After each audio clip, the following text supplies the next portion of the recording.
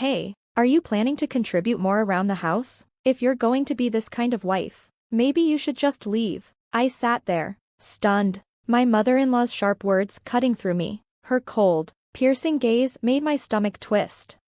Francisco has us. We don't need you anymore. My sister-in-law chimed in, her dismissive tone stinging. You always look exhausted, yet you barely accomplish anything.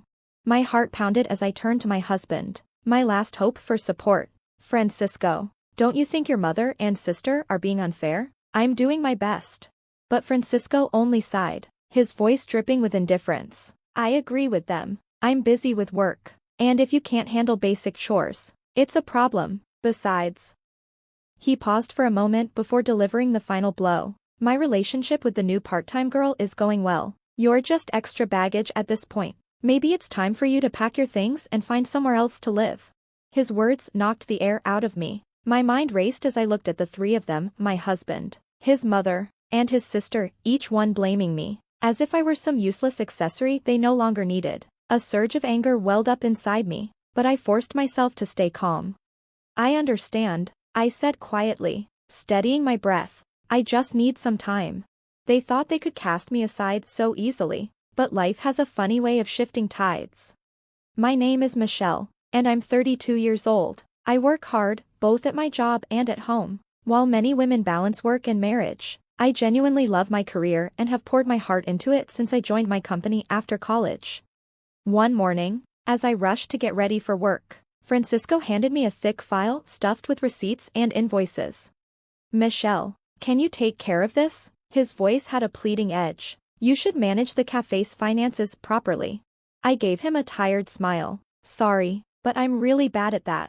I met Francisco years ago when he was just a part-time worker at the cafe I frequented. We started dating, fell in love, and eventually married. Now, he owns the place. But while he excels at running the business, he's hopeless with paperwork, so he constantly dumps it on me.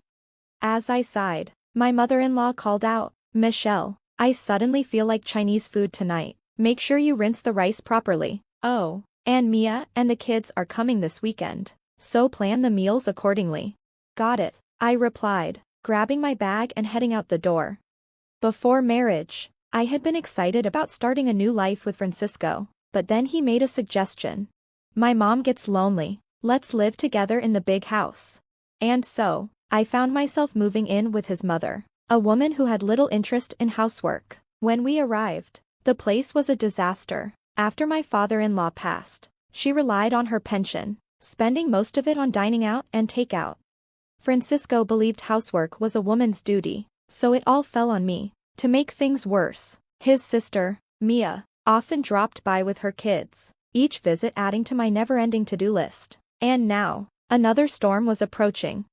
Over dinner, Mia casually dropped a bombshell. I'm getting divorced and moving back in with the kids next month. I froze mid-bite. Oh. When are you moving? As soon as possible. I held on to a sliver of hope. Maybe this meant she'd help with the chores, making life a little easier. Maybe, just maybe, this would bring us closer. Reality had other plans. Mia, much like her mother, had zero inclination for housework. She lounged on the sofa all day, watching TV with a snack in hand. It didn't take long to realize that her lifestyle might have contributed to her divorce. Instead of help, I was now responsible for even more, cooking for her kids, preparing their lunches, cleaning up after them. My workload doubled, my free time vanished. And just when things couldn't get worse, work at my company intensified. Long hours, overtime, exhaustion. I came home each night to a house in chaos, cluttered beyond belief. Yet, instead of support, I got complaints. Michelle, dinner isn't ready yet? Why are you home so late? There's a pile of laundry waiting. Don't slack off just because you're busy. I swallowed my frustration. I am trying my best. One night, my patience finally snapped. Francisco, I've been working so hard, and your mother and sister don't lift a finger. It's exhausting. His eyes darkened. Are you complaining about my family? That's not what I meant, but I can't do everything alone. If you helped out, even a little, it would make a difference. He scoffed. I manage the cafe. That's different from a regular job. Housework is a wife's responsibility. I stared at him, disappointment settling in my bones. And then, an idea struck me. Silently, I pulled out my phone, opened my favorite online store, and started adding items to my cart. They wanted me to take care of everything? Fine, but they were in for a surprise. After completing my purchase, I went to bed with a rare sense of satisfaction. A few days later, my lifelines arrived, brand new household appliances that would transform my daily struggles into something more manageable. The latest washing machine, a cleaning robot that reached every dusty corner, and a high-tech rice cooker that prepared perfect rice with minimal effort. Each one felt like a small victory, a step toward reclaiming my time and energy. As I set up the washing machine, my mother-in-law and sister-in-law appeared, their expressions laced with surprise. "Wait, Michelle, you bought a new washing machine? The old one was still working fine, wasn't it?" I offered them a polite smile. "It was, but it took forever to finish a load. This one is much faster, which makes laundry easier." Their eyes darted around the room, landing on the cleaning robot and the sleek new kitchen appliances. "You upgraded all these?" my sister-in-law scoffed.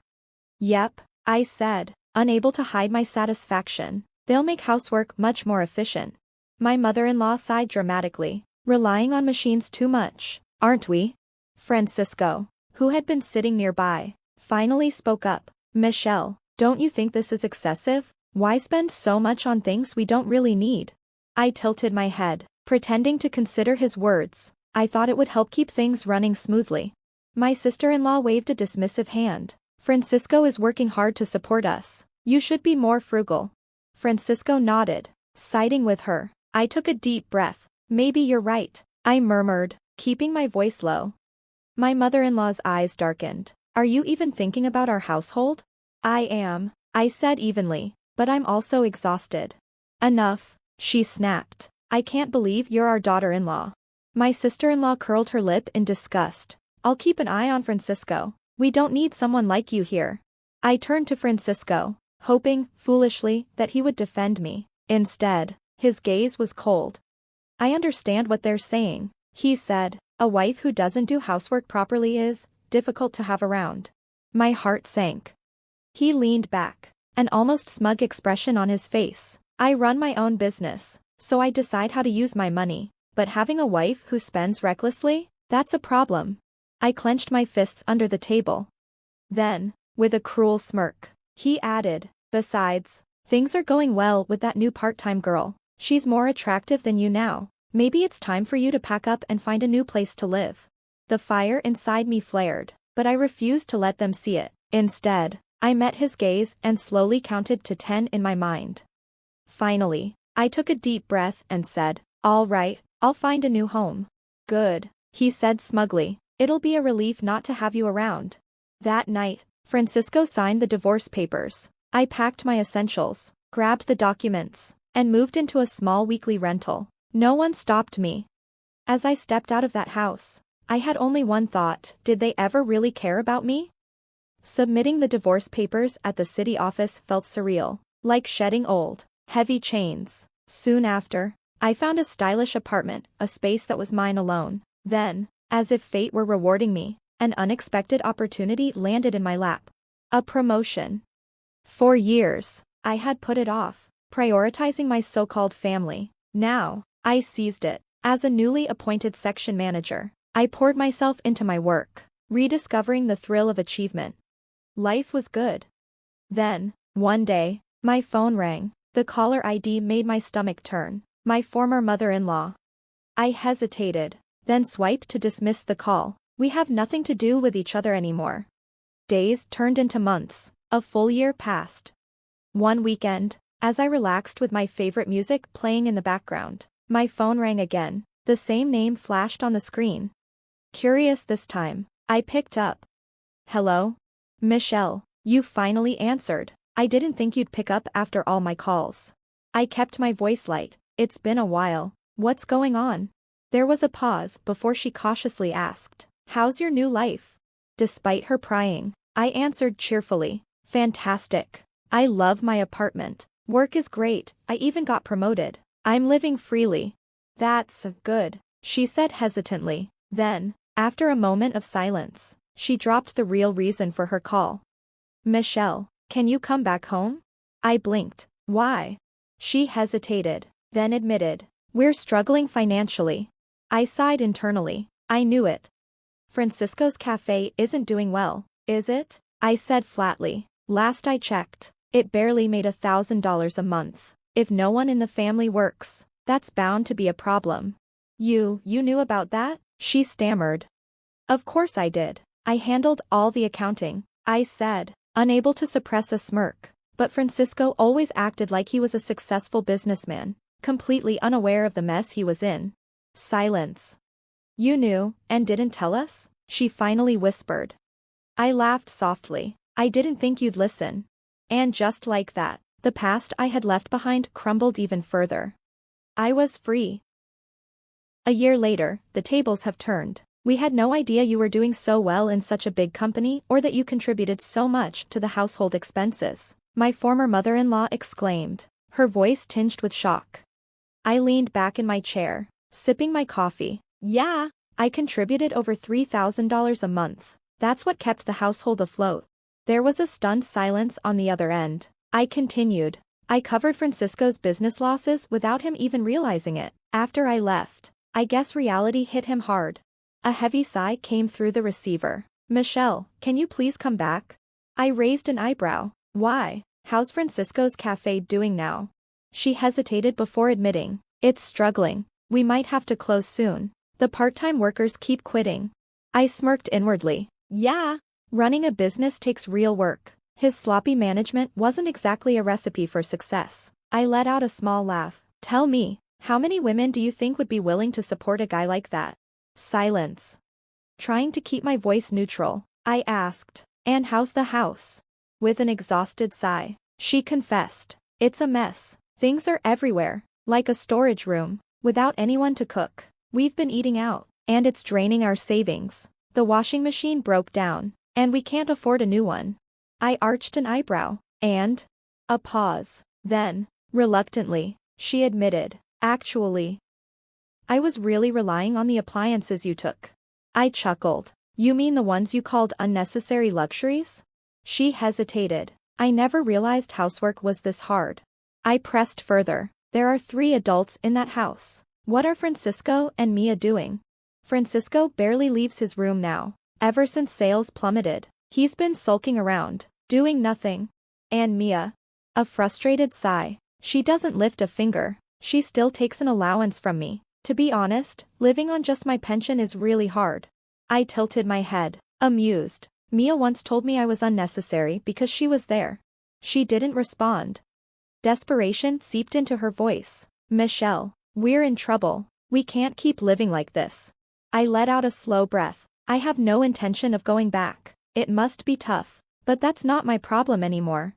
A long silence. Then, a weary plea, Michelle. I'm really sorry. Can't you reconsider? I tapped my fingers on my coffee mug, pretending to think. Was it really that hard without me?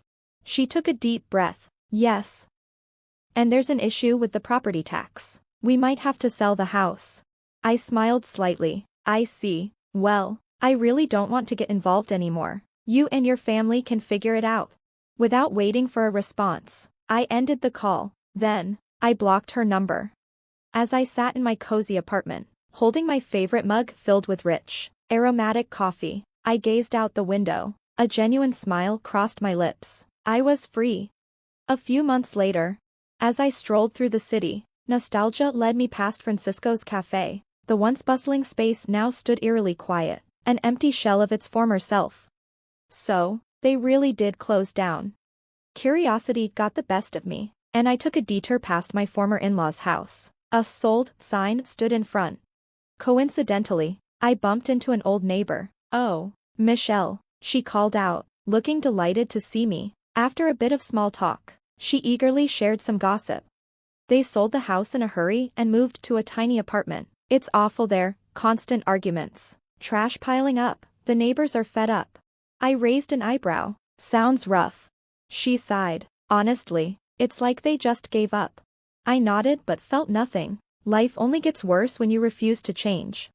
As I stood there, Looking at the house where I had once been treated as an outsider, I realized something. I didn't regret leaving, not even a little.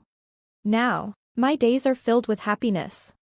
At work, a handsome colleague recently confessed, "Michelle, I really admire your hardworking nature. We've been going on dates, and for the first time in a long while, I feel truly excited about the future. If I get married again, this time, I'll choose happiness. And I can't wait to see what's next."